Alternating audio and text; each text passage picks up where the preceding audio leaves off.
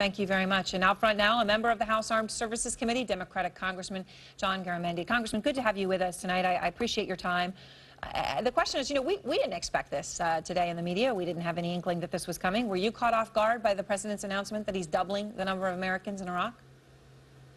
Well, we certainly were not told, but I've been saying for the last 3 to 4 months that we're on a very, very slippery slope, and we are headed down that slope. In fact, it's a greased slope. And we're going to see more and more of this. It's 1,500 this time. There'll be more in another week or 2 months, certainly before Christmas. And the real concern I have is what will be the American public's reaction when one of those men or women are captured by ISIL. We know already what could happen. It's going to really be something that we're going to have to think about, because it's almost certain that somebody's going to be killed. Somebody may very well be captured. And then what are we going to do? Is this going to be all out? We must be very, very careful here. And this slope ends in a major confrontation. America troops once again engaged in a major war in Iraq.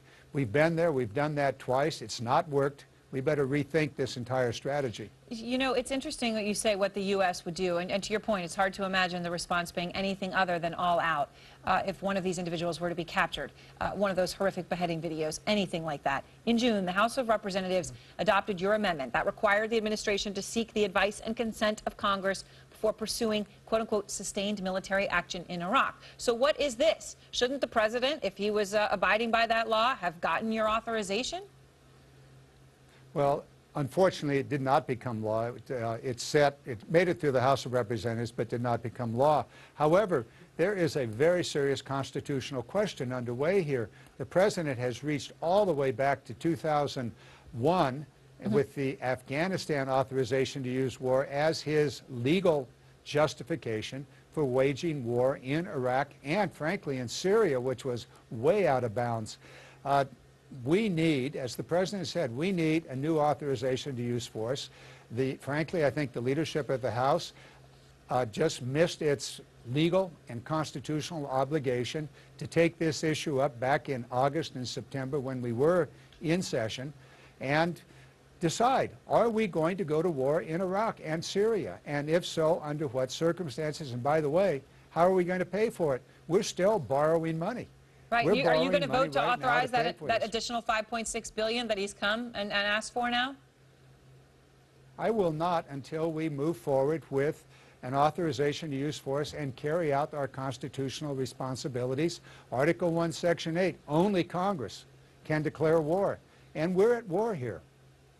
So the president has said, it's interesting, when you say we're at war, that's what most people feel. Most people feel this is war. Whatever you want to call it, it's war. The president, though, has dodged around that a little bit. He said there's not American combat boots in the fight, and he has been adamant about that. Let me just play for you what he said. The notion that the United States should be putting boots on the ground, I think, would be a profound mistake. These American forces will not have a combat mission. We will not get dragged into another ground war in Iraq. The American forces that have been deployed to Iraq do not and will not have a combat mission. I won't commit our troops to fighting another ground war in Iraq or in Syria.